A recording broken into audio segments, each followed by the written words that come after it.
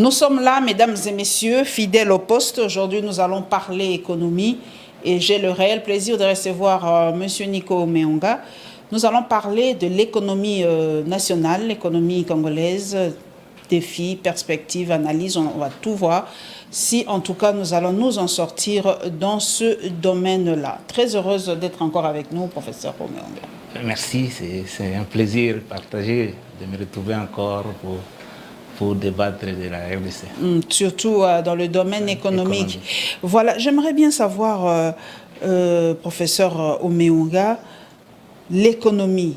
Quand on dit économie en général, une définition vraiment, permettez, vraiment terre à terre pour qu'une personne comment. Quand on dit économie, ça veut dire quoi? Eh oui, merci pour la question. Économie, étymologiquement, ce mot vient du grec, économique. Économie signifie, du grec, signifie seulement l'administration d'une maison. Nomos, norme, aikos, maison. C'est-à-dire, comment peut-on gérer une maison? Ça, c'est de manière étymologique. Mais pour faire simple, l'économie, c'est cette science, cette branche de l'activité de l'homme qui consiste à la production des biens et services, à la distribution de ces biens qui ont été produits, mais aussi à la consommation. C'est-à-dire, l'économie, c'est ce que je peux abréger PDC, production, distribution et consommation. Est-ce que la RDC remplit-elle ces critères? Est-ce qu'aujourd'hui on peut parler d'une économie congolaise, vu la définition que vous avez donnée et ces critères? Non, j'ai dit non. Parce que, commençons par la production. Exactement. Parce que la production, de manière classique, nous avons deux facteurs de production. Le travail et le capital. Le travail symbolisé par la force ouvrière, par ce que l'homme apporte. Travail manuel, travail intellectuel. Mais ici, laissez-moi vous dire, à ce stade, nous avons au moins 80% des Congolais qui sont au chômage. Donc, c'est dire que le travail n'y est pas. Le capital. Mais le capital, ce sont les moyens qu'on peut y apporter. Aujourd'hui, nous sommes, s'il faut classifier en termes de la production de richesses, nous ne produisons qu'autour de 50 milliards de dollars pour un pays de 100 millions d'âmes. Donc, à ce jour, les Congolais n'ont comme revenu de 1,2 dollar par jour. Donc, nous sommes en deçà des seuils de pauvreté. Nous sommes dans un pays. Et s'il faut ajouter notre élément, parce qu'on dit qu'il n'y a pas d'économie sans crédit. Malheureusement, nous nous retrouvons dans un pays, au mieux, nous sommes dans un désert financier, au pire, à l'enfer. Parce que l'épée de crédit, d'abord encore que ces crédits-là, c'est à des taux prohibitifs. C'est seulement 5%. C'est-à-dire qu'il n'y a que 2,5 milliards de dollars là qu'on accorde à l'économie. Nous n'avons pas de banques. C'est ça la raison. Nous avons ce que j'ai toujours qualifié de communautarisation bancaire. Nous n'avons pas de banque et tout ce que nous voyons, je ne peux pas les citer ici, ça sera une pub gratuite, mais il y en a quand même, ça on a des banques, non, ici en RDC. Moi, je parle de la communauté bancaire. C'est-à-dire que ce sont des communautés d'affaires. Les Indo-Pakistanais, les Camerounais, les Nigériens, les Kenyans, qui sont dans les affaires ici. Maintenant, ils se servent de ce que vous appelez banques, que moi je qualifie de pipeline, pour capter tous les surplus de leur production, des richesses pour rapatrier dans leur pays. C'est par rapport à eux, pas par rapport à nous. Parce qu'une économie et une banque a aussi comme vocation, non seulement de collecter l'épargne intérieure, mais aussi de financer l'économie. Les quelques rares banques, que vous appelez banques, moi je n'ose pas les qualifier ainsi, ne viennent pas à la rescousse de l'économie congolaise. Raison pour laquelle l'économie, aujourd'hui, elle est exsangue. C'est-à-dire que c'est une économie, c'est comme un corps qui n'a pas de sang. Donc on ne peut pas parler. Bon, parlons maintenant de la distribution. Pour distribuer, on va distribuer, il y a eu moins de distribution. Toutes les voies sont... Nous sommes un pays enclavé. Il n'y a pas connectivité, il n'y a pas échange. Parce que pour qu'il y ait échange, il faut qu'on produise. Mais quand on n'a pas produit, les biens et services, mais même si on pouvait les produire, il faut les distribuer. On les distribue comment? Manque les routes de dessert agricole, comme on dit. Il n'y a pas. Et maintenant, la consommation. Quand on parle de la consommation, parce que autrefois, l'offre était l'élément déterminant de l'économie. C'est-à-dire, avec Jean-Baptiste Sey, il dit la loi des débouchés. chaque offre crée sa propre demande. C'est-à-dire, vous ne vous souciez même pas de qui va acheter. Produisez seulement, il y aura quelqu'un qui achète. Mais cette loi a montré ses limites le 29 septembre 1929. C'est la première fois où on a connu une crise de surproduction. On a eu tellement de biens qu'il n'y avait personne d'acheter. C'est ainsi qu'aujourd'hui, c'est la demande qui devient, la demande solvable, il faut préciser, qui devient un élément déterminant. Et pour qu'il y ait demande solvable, il faut le pouvoir d'achat. Mais aujourd'hui, nous sommes dans un pays où il n'y a pas de SMIC. Tous les corps ont débrayé, en premier desquels les professeurs l'université sont en grève parce qu'ils ne sont pas bien payés. Donc pour consommer, il faut avoir le pouvoir d'achat. Le pouvoir d'achat n'existe pas. Nous sommes l'un des rares pays qui n'a pas de SMIC. Alors qu'ailleurs, on paie des SMIC. Ici, il n'y a pas de SMIC. C'est-à-dire les salaires interprofessionnels garantis. C'est-à-dire les salaires minimaux, en deçà duquel on ne peut pas payer personne dans un pays. On n'en a pas réellement, vraiment. On n'en a pas. Même estimativement. De manière déclamatoire, on peut dire $100, mais... Oui, moi j'ai appris que c'était $100. $100, mais vous êtes une journaliste professionnelle. Tendez le micro à l'administration publique, parce que le plus gros employeur, ça a toujours été l'État. Combien touche l'huissier de la fonction publique? Combien touche même les chefs de bureau? Combien ils touchent? Là, moins de $100. Donc, c'est ce SMIC-là, la raison pour laquelle même les privés ne peuvent pas appliquer. Dès lors que l'État lui-même n'a pas un SMIC, ou s'il est fait de manière déclamatoire, je crois, c'est tout le problème. Donc, il n'y a pas de consommation à ce stade. Donc, nous sommes une économie de rente, comme je l'ai dit. Nous sommes caractérisés par ce que j'appelle la ruralité économique. Nous nous comportons comme si on était au village. Au village, peut-être on n'avait pas été. Nous qui avons déjà été au village, les gens se nourrissent de la chasse, du ramassage, de la quête. C'est ce que j'appelle la ruralité économique. On s'assied et on attend la rente minière. C'est-à-dire, on extrait les mines, on vend et puis, on coupe les bois, on l'exporte à l'état brut. Or, la richesse, aujourd'hui, la richesse, c'est la valeur ajoutée. Pour qu'il y ait valeur ajoutée, il faut que l'industrie existe. Mais comme l'industrie n'existe pas, c'est seulement le secteur primaire. Nous exploitons et nous envoyons... Aujourd'hui, prof Nico Omeonga, on peut dire, sans se voiler la face, que la République démocratique du Congo est un pays pauvre. Même très pauvre. Pauvre, là, vous êtes très modeste, parce que vous êtes congolaise. Nous vivons en dessous de c'est de pauvreté absolue. La Banque mondiale dit ceci. Tout celui ou celle qui vit avec $3 par jour est pauvre. Mais je vous disais tantôt ici, que les Congolais en deçà de ces de pauvreté absolue. Il faut toujours ajouter absolue. 1,2 $ les jours. Donc, et d'ailleurs, la dernière classification, nous sommes le 6e pays le plus pauvre du monde.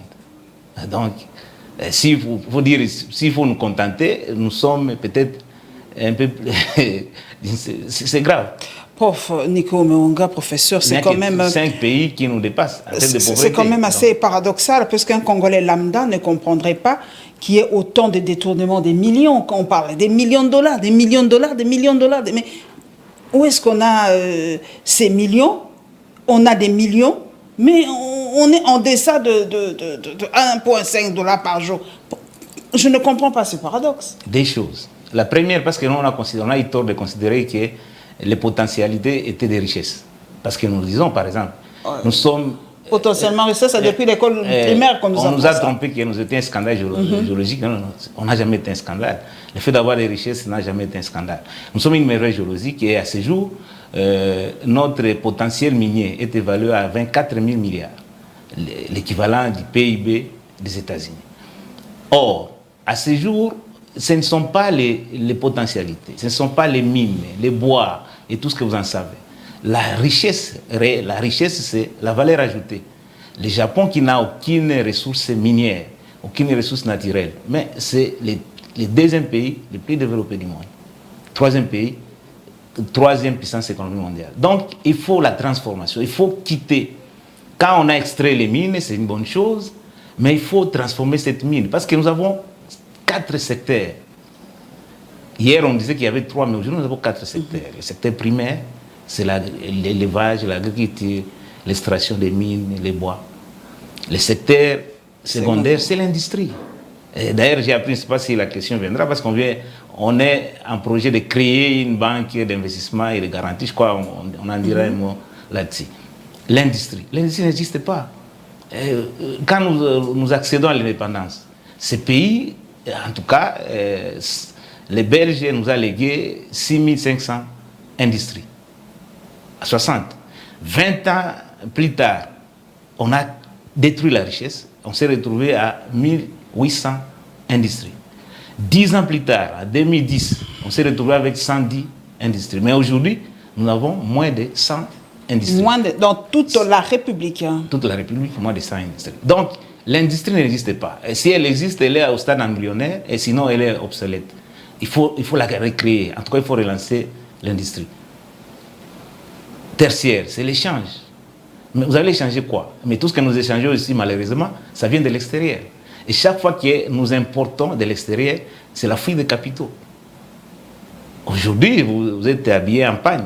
Mais je n'ose pas vous dire c'est de quelle pagne. Est-ce que c'est Congolais? Chinois. C'est chinois. Voilà. Alors que dans ces pays, nous avions des industries textiles ici. Qui ont complètement fermé. Ils ont fermé parce qu'ils n'ont pas... Sotex qui a fermé, Sotexkin probablement aussi.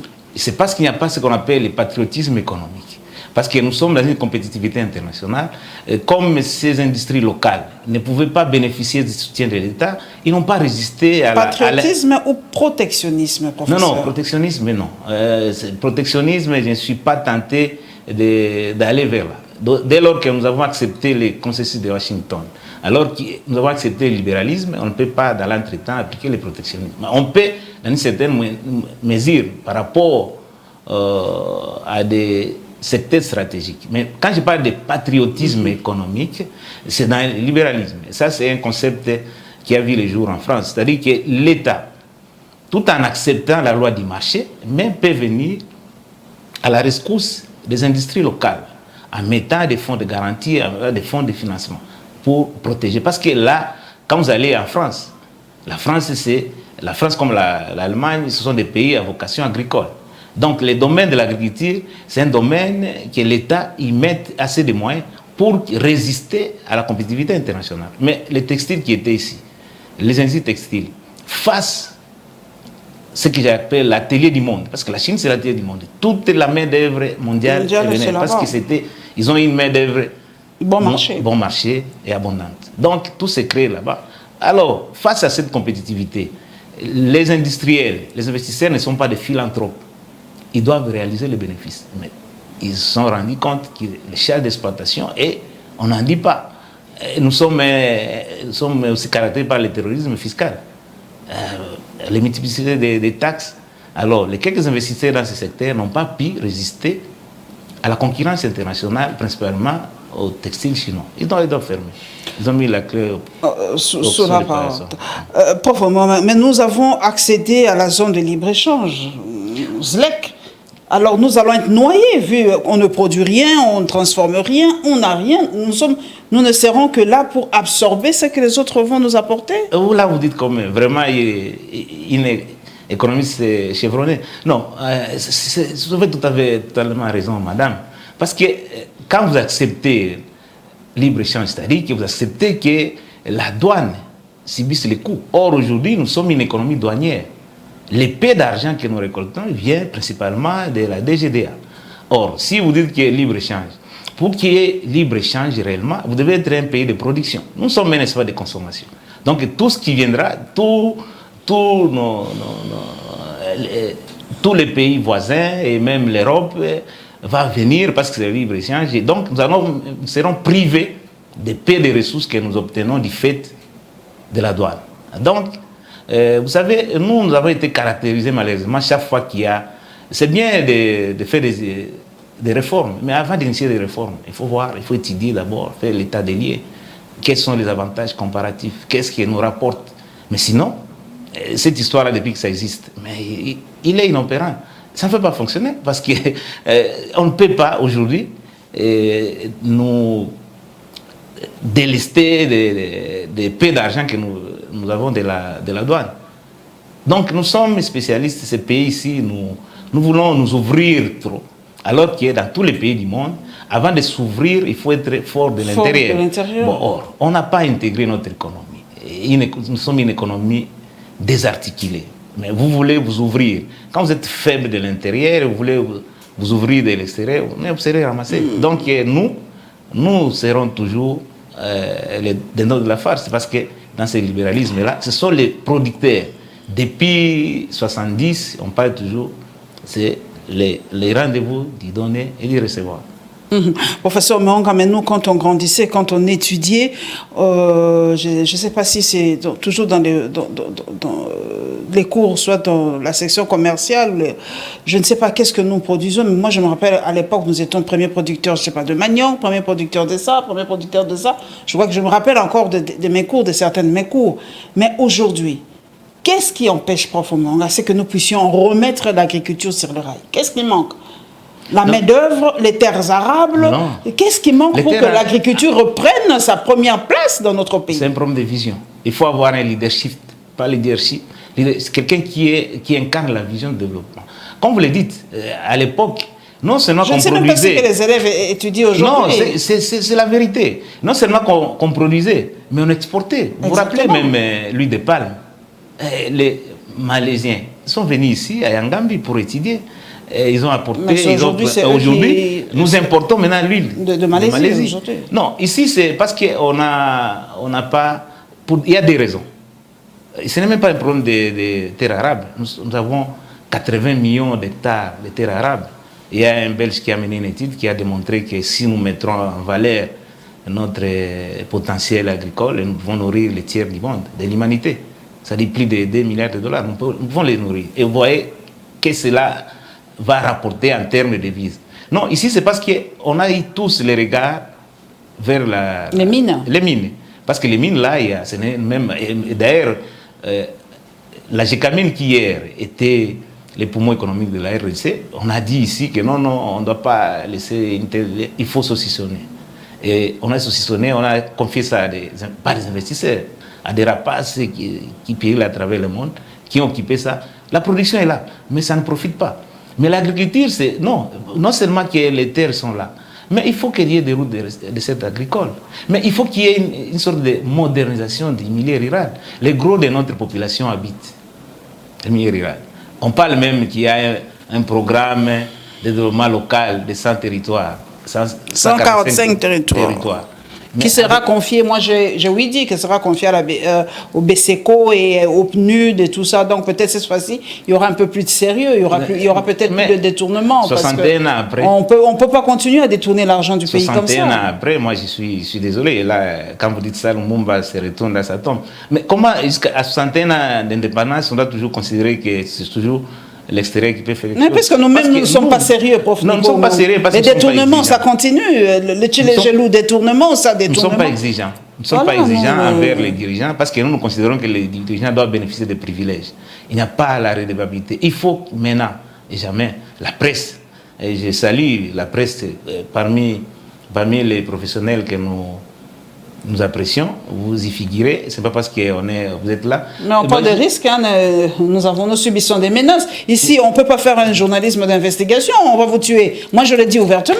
On est menacé, qu'est-ce qu'on peut faire? On ne croit pas aux valeurs que nous prenons. Nous sommes bâtis dans ce pays pour qu'il y ait démocratie. La démocratie, c'est la pluralité des opinions. Il faut accepter l'autre, il faut accepter la différence, il faut accepter la contradiction. Bon, les dirigeants qui sont là, parce qu'il faut ce milieu-là, là où il y a 70% de la population est dans le milieu rural. Et l'activité principale, c'est l'agriculture. Mais pourquoi il n'y a pas la production? La production, parce que les gens qui produisent, ils ont produit, c'est moi, j'ai produit 100 sacs de maïs. Mais je ne sais pas les évacuer, ça pourrit. Est-ce que l'année qui suit, je vais produire? Non, je vais baisser parce que ça ne sert à rien.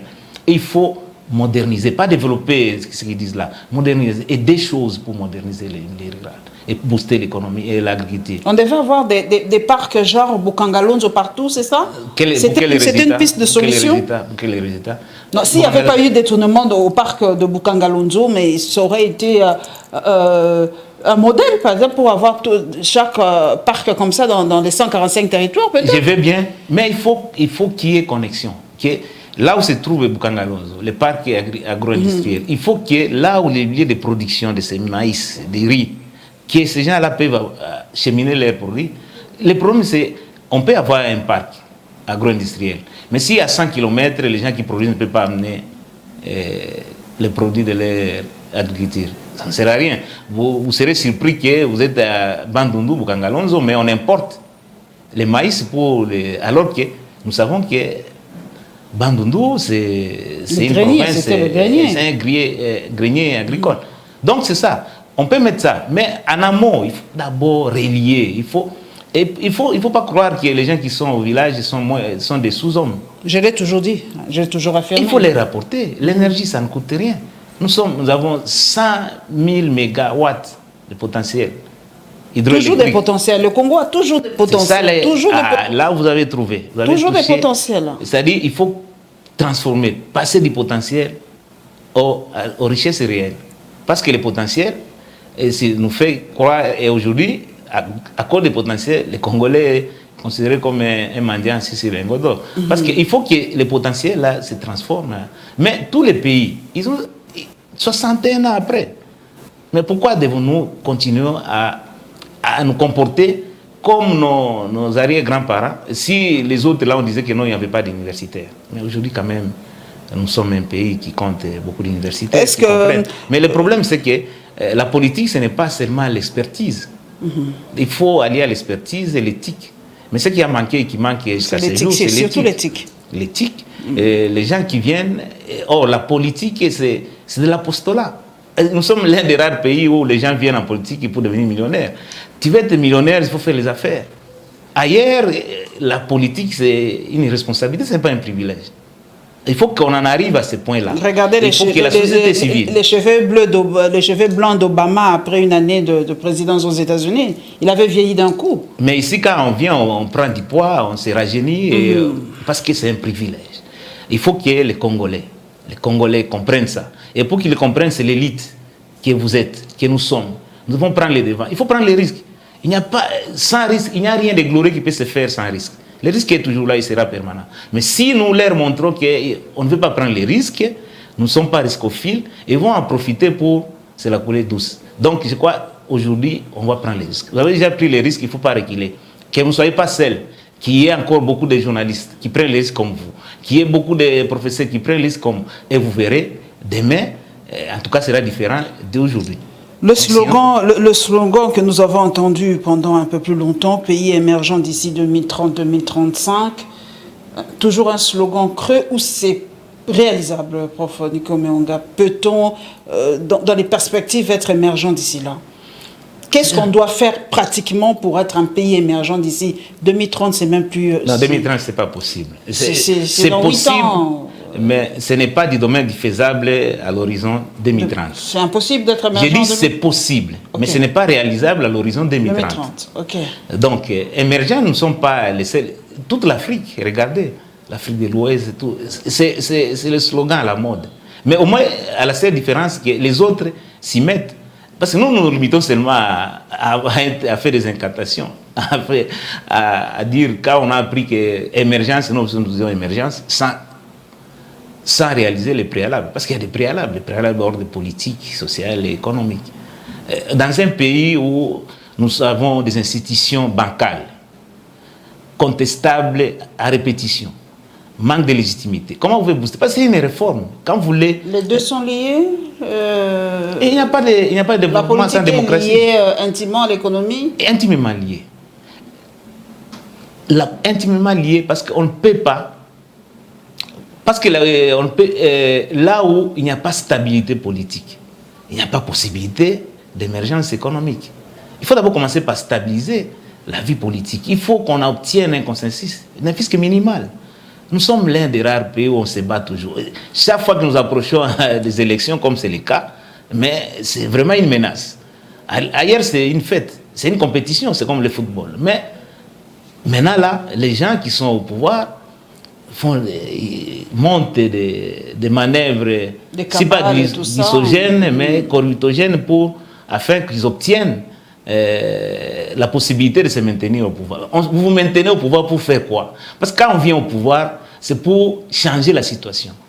C'est pour bouger.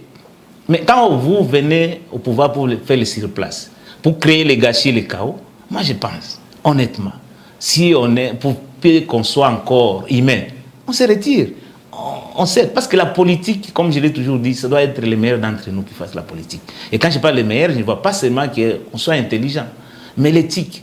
Parce que la politique, demande beaucoup de moralité et d'éthique. Mais si, aujourd'hui, ce sont les barbares, les marginaux sociaux, qui devraient en principe être pris en charge par l'élite que vous êtes, mais ce sont eux qui sont à l'avant-plan. Et nous les applaudissons, c'est ça qui est ridicule. Nous avons des scandales dans ce pays. Ce n'est pas un scandale géologique. Les scandales auxquels on peut faire allusion, c'est ce scandale-là, où les moins les illettrés, les marginaux, ce sont eux qui sont à l'avant-plan. Les opportunistes qui osent et l'élite applaudit. Alors que dans tous les pays, la mutation sociale est mais on dit c'est vrai que si aujourd'hui ce sont les opportunistes, les illettrés, comme vous dites, tout ça, qui ont osé prendre le pouvoir parce que l'élite de l'époque nous a rendu un mauvais service. Mobutu, à l'époque, était entouré des grands professeurs. Tous les présidents, d'ailleurs, de l'époque, étaient entourés de l'élite, des grands professeurs qui ont eu des titres de la Sorbonne, d'Oxford, de Yale et tout ça. Mais où est-ce qu'ils ont mis le pays? Où est-ce qu'ils ont mis le pays? Alors les gens ont dit, bon, c'est à cause de vous, alors prenons ces opportunistes, peut-être, et ils vont changer les choses. Non, il ne faut pas, c'est une mauvaise approche. Mais c'est ça, c'est la réalité que nous vivons. C'est la réalité que nous vivons. Pour dédouaner, il n'est jamais tard pour bien faire. Dans tous les pays du monde, c'est l'élite qui est actrice de développement. Mais ce n'est pas la RDC. La RDC, c'est le compte. C'est un pays à part. La RDC fait toujours les choses de manière contraire. Je l'ai dit, c'est un État entièrement à part, au lieu d'être un État à part entière. Exactement. Malheureusement. Non, mais je crois qu'il n'est pas tard. L'élite doit se réveiller parce que l'élite, c'est toujours l'élite qui doit être à la base des mutations sociales. Et nous n'allons pas désespérer. Moi, je ne suis pas fataliste, un défaitiste, comme ceux qui disent que Mboka c'est Koufa. Non, moi je pense qu'il faut changer de discours. Il faut prendre de la hauteur. Devant la difficulté, c'est là où l'homme se découvre. Les défis sociaux. Prenons le cas même ici, à côté de chez nous, ici, l'Égypte. L'Égypte était la risée du monde. Mais 30 ans après, avec un leadership qui s'est installé, les choses, mais malheureusement, avec des guerres fratricides là qui viennent cacher la fête. Sinon, l'Égypte était jusqu'ici considérée comme la Chine de l'Afrique. Donc, on ne peut pas désespérer. On ne peut pas considérer. On devait être l'Allemagne de l'Afrique, non? Normalement. Non, là, c'est ce slogan-là, mais l'Allemagne de l'Afrique, il faut y travailler. Et on connaît l'histoire de l'Allemagne. Mais quand vous dites que nous devons être l'Allemagne de l'Afrique, vous illustrez par le détournement, par la corruption. Je ne pense pas que les Allemands sanctionnent. Il faut sanctionner les devoirs d'exemplarité. Vraiment. Hein. Comme les Chinois disent que les poissons pourris par la tête, c'est la tête qui doit montrer l'exemple. Il ne suffit pas seulement de clamer. Laissez aux poètes de clamer. Quand on est politique et on est à l'institution, sitôt au sommet de l'État, il faut agir. Il faut apporter des solutions. Il ne faut pas encore promettre, il ne faut pas être défaitiste.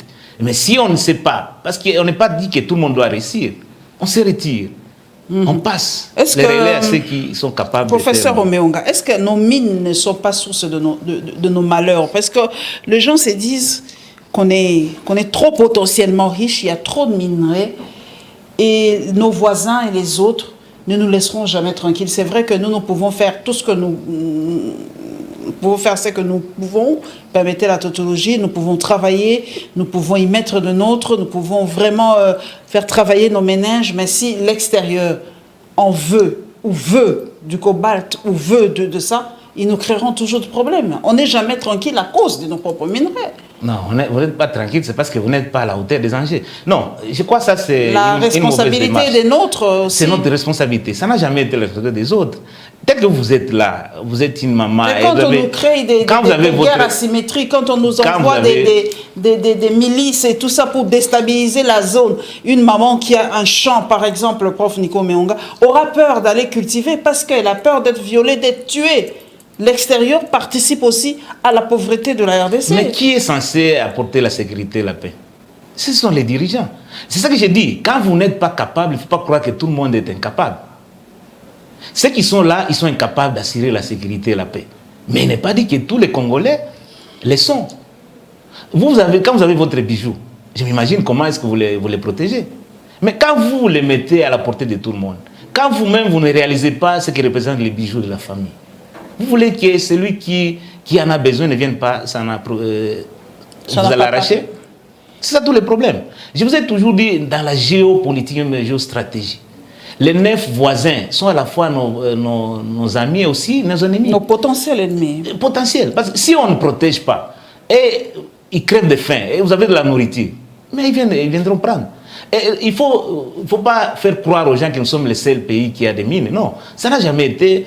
Le fait de posséder la richesse, bon, là c'est cracher même si la parole de Dieu. Dieu nous veut prospères et riches. Mais comment la richesse se transforme en la malédiction? Ça n'a jamais été ça. Le problème, c'est que les gens qui disent ça, mais pourquoi ils deviennent si riches, si rapidement? Parce que la richesse, c'est une malédiction. Vous croyez que les dirigeants qui sont succédés, ils veulent la malédiction? Pourquoi c'est seulement les dirigeants qui deviennent riches, mais l'ensemble des peuples congolais croupit dans la misère? Non, ça c'est un discours pour nous endormir. C'est somnifère. Non, il faut nous réveiller. Pourquoi les gens qui, 2 ans, 3 ans après, deviennent millionnaires dans un pays pauvre, entre guillemets? Vous êtes prof d'économie, Monsieur Nico Meonga. Moi, j'aime les exemples pratiques parce que nous parlons à une population qui veut peut-être changer. Mais qu'est-ce qu'on doit faire économiquement? Un citoyen, qu'est-ce qu'il peut faire pour sauver cette économie? Bien sûr, il y a une politique économique nationale, mais chacun, dans son milieu, dans son coin, qu'est-ce qu'il peut faire? Puisqu'on nous dit de reconstruire ce pays, mais chacun doit le faire à sa manière, avec ses capacités. Moi, un journaliste, par exemple, qu'est-ce que je peux faire pour sauver l'économie de mon pays? Vous, professeur, qu'est-ce que vous pouvez faire? Un architecte, qu'est-ce qu'il peut faire? Un pêcheur, qu'est-ce qu'il peut faire? Que doit-on faire chacun dans son domaine pour que l'économie se relève? Pour que l'économie se relève, vous avez parlé que nous serons l'Allemagne, mais suivons l'exemple de l'Allemagne. L'Allemagne a été détruite après la Deuxième Guerre mondiale. Mais l'Allemagne a eu l'aide du plan Marshall, disons-le aussi. Les Américains ont porté l'Allemagne, ont porté l'Europe à bout de bras. Ça, on doit le dire aussi. Mais combien de fois, nous, ici, on a été assistés par la communauté internationale? C'est ça aussi le problème. Vous n'allez pas me dire que depuis que nous sommes là, nous avons déjà bénéficié d'une ligne de crédit de la Banque mondiale ou de la BAD et tout ça. Qu'est-ce que nous en faisons? C'est ça tous les problèmes. Il faut, comme dans tous les pays, il faut un plan pluriannuel endogène, conçu par les Congolais et qui soit s'étalé dans la durée. Mais il y a un ministère de plan, prof Nico. Comment? Il y a un ministère de plan. Qu'est-ce qu'il propose? Ouais, ça me fait rigoler. Le ministère du plan. Vous savez que ce régime ici, le Premier ministre Sama Lukonde, en entrant en fonction, il est allé au gouvernement, non, au Parlement, présenter son programme. Son programme. De 5 ans. Mais depuis qu'il a présenté, vous savez combien de programmes ça nous suivi? C'est ça tous les problèmes. On rajoute des programmes sur des programmes, mais on ignore ce qu'on a présenté. C'est ça tous les problèmes. Et nous, comme on n'a pas la culture de mémoire, on n'est pas... bon, je n'ose pas condamner... Mais c'est à l'Assemblée nationale de malheureusement, l'Assemblée nationale... Ils sont là pour contrôler l'Assemblée nationale, il faut que ça soit... Vous croyez que ces gens-là ont été réellement élus par le peuple? En quoi doivent-ils être redevables à ce qu'ils ont élus? Ils n'ont pas été élus. La grande majorité a été nommée. C'est la raison pour laquelle il n'y a pas de redevabilité. Ils n'ont rien à vous donner, à rendre compte, parce qu'ils n'ont pas été élus, pour la plupart. Raison pour laquelle il faudrait que nous arrivions à avoir des élections libres, crédibles et transparentes. Au moins, nous aurons des gens qui vont refléter la volonté populaire. Ces gens-là seront redevables. Et pour faire le travail qui est le leur. Mais ces gens-là, ils sont à la recherche de gains faciles. Ces plans-là, ça doit se prendre... 5 ans, 10 ans? Non, un plan même de 30 ans. Même de 30 ans, on les met. Ça ne pas ce qui va se passer demain. Vous demandez à un Congolais de faire ce qui va se passer dans 5 ans. C'est ça le malheur des Congolais. Congolais, lui, veut que quand il fait quelque chose, qu'il soit lui-même bénéficiaire. Non. Exactement. Quand nous faisons ça, nous faisons pour la durée, pour les générations futures. C'est-à-dire, il ne faut pas...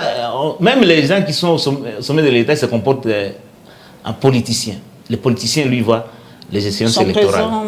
Mais tandis qu'un homme d'État voit les générations futures. Alors, pour ne pas occulter la question que vous avez posée, que chacun de nous fasse ce qu'il sait faire à son niveau. Parce que même les grandes nations là, ce sont des petites et moyennes entreprises. C'est pourquoi, vous voyez, depuis un certain temps, je me bats, j'anime des émissions, je fais des séminaires pour l'entrepreneuriat. Parce que quand chacun de nous devient... Parce que quand on parle de la population active, chacun est capable de faire quelque chose. Quel que ce soit une micro-entreprise, une petite entreprise, à 2, à 3. Parce que le problème, c'est celui-là aussi. Parce que c'est aussi culturel. sinon anthropologique. Les Congolais ne sont pas capables de se mettre. Ils ne sont pas capables de se mettre ensemble. Et chaque fois, bon, l'expérience a démontré que chaque fois que 2 ou 3 Congolais se mettent ensemble, ils finissent toujours par se séparer. Parce qu'il y a toujours querelle de leadership. Parce qu'ici, tout le monde veut être président. Veut être boss, quoi. Président. Il faut qu'on l'appelle président. Et même s'il n'a rien de président, mais il veut qu'on l'appelle président.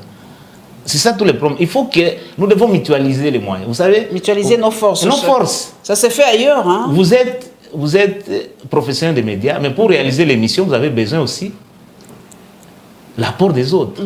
Mais dès lors que vous considérez que vous êtes seul, l'actrice principale, et que les autres, leur rapport est marginal, c'est là que ça pose problème. Apprenons à nous accepter, à nous respecter mutuellement. Apprenons à prendre conscience de nos limites et à reconnaître nos atouts. Nous sommes un peuple rare qui a toujours des qualités. C'est-à-dire ici, si on fait une offre d'emploi, on a besoin d'un ministre de l'économie. Je me présente. Non, pas de l'économie, agriculture, c'est fait. Quand on est compétent en tout, on est compétent à rien du tout. On ne peut pas être partout. Quand on est partout à la fois, on est nulle part. Il faut arriver. Hier, on parlait des savants. Le savant est mort depuis le XVIIIe siècle, avec l'avènement de Adam Smith. Le travail aujourd'hui, c'est la spécialisation. C'est comme vous dites. Vous faites le journalisme d'investigation, restez dans votre bande, dans votre vocation, et qu'il y ait d'autres qui font d'autres journalismes. Ainsi, moi, je suis simple intervieweuse. Mais quand vous voulez faire tout à la fois, vous ne faites rien. Vous faites rien, vous dispersez. Et vous verrez que la maman maraîchère n'aura pas envié à un boulanger. Il va se dire que non, avec ce que j'ai fait comme maraîchère, je peux. Mais pour que cela arrive, encore une fois, il faut toujours la volonté politique. Il faut l'environnement politique. Et pour qu'il y ait un environnement politique, mais qui sélectionne les acteurs politiques institutionnels? C'est encore le peuple. Et c'est pourquoi nous devons faire ce travail-là. Quand vous êtes déjà engagé, préparez l'opinion, de manière à ce que l'opinion vote utile, sélectionne de bons dirigeants. Et que s'il y a tricherie, que l'opinion, que le peuple se réveille pour réclamer, de manière à ce que ceux qui ont été réellement élus soient proclamés. C'est ça tout ce qui peut faire changer les choses. Tant qu'on n'aura pas résolu la question de légitimité des institutions politiques, tant qu'on n'aura pas résolu la question de la crédibilité des institutions politiques, tout ce qu'on peut mener comme réforme économique, plan que j'évoque là, non, ça ne marchera pas. Mais c'est vrai que vous n'êtes pas défaitiste ni pessimiste, mais si les choses ne changent pas, est-ce que le Congo, la RDC, risque de disparaître? Non, ça c'est clair. Toutes choses restant égales par ailleurs, comme je dis, si les choses ne changent pas, d'ici 5 ans, 10 ans, nous risquons de disparaître de la carte d'Afrique. Ou alors nous pouvons arriver peut-être à la Balkany. C'est ça qui se mijote dans les officines politiques, internes même internationales. Donc, vous parlez de ça. Est-ce que cette grandeur-là, cette superficie énorme n'est pas notre désavantage? Parce non, que c'est faux. On ne comprend rien. Tous les grands pays du monde sont des pays qui ont une grande... Pour exercer de l'influence et de la puissance, je crois qu'il faut qu'on ait une émission sur l'intelligence économique. Regardez tous les grands pays, les États-Unis, le Canada et la Chine. Vous dites que leur étendue est un... Le Japon est minime, mais elle est forte. C'est pour dire que l'étendue n'a jamais été un handicap. Ce n'est pas un handicap, vous en êtes sûr? Ce n'est pas un handicap. Vous pouvez être grand. Il faut des routes impossibles, il faut traverser des trucs impossibles, ça demande énormément d'argent aussi. Ça demande énormément d'argent, mais nous sommes aussi nombreux à créer de l'argent. Parce que déjà, c'est un atout, parce qu'on n'a pas eu le temps d'évoquer. Les premiers atouts, c'est l'atout humain, le capital humain. Mais la Suisse, par exemple, prenons la Suisse. Oui. Excusez-moi d'interrompre, parce que là, ma tête est en train de bouger un peu. Prenez la Suisse. La Suisse est beaucoup plus calme, beaucoup plus développée, beaucoup plus serein que les États-Unis, par exemple, où il y a trop de problèmes parce que c'est trop grand, il faut aller de gauche à droite et tout ça. La Belgique est tellement petite qu'on peut aller de Namur à truc en 30 minutes. C'est beaucoup plus facile de gérer des petits États comme ça, que des grandes étendues comme la RDC ou comme les États-Unis. C'est pas facile. En fait, j'essaie de réfléchir, de voir un peu si la superficie est un atout. C'est toujours un atout. C'est un atout. Ça a toujours été un atout. Ça dépend seulement. C'est-à-dire qu'il y a des gens qui sont appelés à gérer des petites communes, des petits territoires. Mais le problème, c'est que, peut-être, ce que je peux comprendre, les gens qui sont à la tête d'un pays continent ne sont pas à la hauteur des enjeux. Mais il faut chercher des gens qui sont à la hauteur. Parce que nous avons des pays aussi grands, plus grands que la RDC, mais ça marche. Le problème, ce n'est pas de l'étendue. On peut être petit, mais être performant, comme vous dites, la Suisse, on peut être grand aussi. Non, je ne veux même pas citer le Rwanda, ça fera mal. Bon, c'est un problème de leadership. On a eu tort de parler de leadership. Le leadership conduit à l'émergence ou à l'ascension d'un individu. Mais tandis que le leadership tire un plus grand nombre vers l'ascension. Et donc, on a besoin de ces hommes-là. Et ces hommes-là, des qualités importantes, il faut les gens intègres.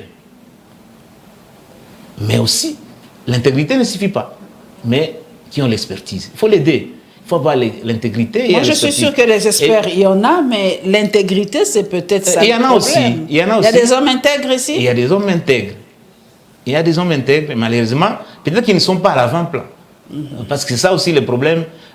Aujourd'hui, parfois, les médias font la promotion des médiocres. Et que parfois, on se dit que non, dans ces pays-là, il n'y a que des médiocres. Mais il y a les hommes intègres qui sont dans ces pays, mais qui peuvent aussi bien gérer. Le problème, ce n'est pas les problèmes, parce qu'on a beaucoup de potentialités, parce qu'on est plus étendu, non. Parce qu'avec la décentralisation, parce que quand vous êtes à la tête du pays, on ne vous demande pas de circuler tous les 145 territoires. Mais s'il y a un bon casting, s'il y a des hommes qu'il faut à la place qu'il faut, vous n'avez pas besoin de sillonner pour faire respecter l'autorité de l'État. Aujourd'hui, s'il n'y a pas d'autorité de l'État, c'est parce qu'il est étendu, non, c'est parce qu'on n'arrive pas à imprimer le leadership. Le devoir d'exemplarité n'est pas là. Quand vous dites que non, je lutte contre la corruption, mais toi-même tu es le plus grand corrompu, mais personne ne va te croire, à commencer par tes collaborateurs. Le problème, c'est celui-là. Donc, économiquement, aujourd'hui, la RDC est vraiment au bas de l'échelle. Au bas de l'échelle. Nous n'avons rien, parce qu'il faut changer la donne. Nous sommes une économie extravertie, une économie de rente. Il faut maintenant faire l'introversion. Il faut que les richesses se créent de l'intérieur. Parce que le peu d'argent que nous avons là, c'est l'effet du commerce extérieur, de ce que nous exportons. Alors qu'ailleurs, prenons les pays comme les États-Unis, le commerce intérieur ne représente que 5% de son PIB. Donc, toutes les richesses se créent de l'intérieur.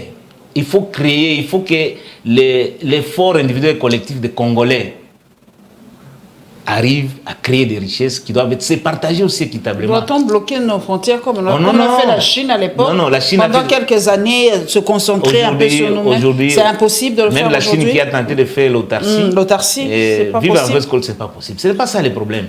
C'est pas une piste de solution, l'autarcie? Aujourd'hui, vous savez, on est interdépendant. Autant nous avons besoin des États-Unis, autant les États-Unis ont besoin de nous parce qu'ils peuvent même acheter les minéraux. Le problème, c'est comment faire pour que nous soyons forts de l'intérieur. Et c'est possible. Pour être forts de l'intérieur, il faut des hommes qui sont dévoués, des hommes qui sont porteurs de valeurs. Pas des gens qui proclament, mais qui vivent ces valeurs. Parce que qu'est-ce que nous appelons anti-valeurs? C'est quand les fossés deviennent très grands entre l'idéal que nous confessons par rapport à la réalité que nous vivons. Ici, nous avons toujours dit que non, état de droit. Mais ce que nous vivons là, c'est tout sauf état de droit. Et là, nous sommes ce que nous appelons anti-valeurs. Il faudrait, et ça, n'attendons pas toujours des dirigeants. C'est le tort que nous avons toujours eu. Nous ne sommes plus dans les registres des messianismes politiques. On n'a pas besoin de leaders providentiels. Aujourd'hui, le leadership est collectif. Chacun est leader, doit être leader à son niveau. À son niveau. Que le peuple considère que ceux qui nous dirigent là ne sont que des gérants. Les propriétaires, c'est nous. Ils doivent nous rendre compte.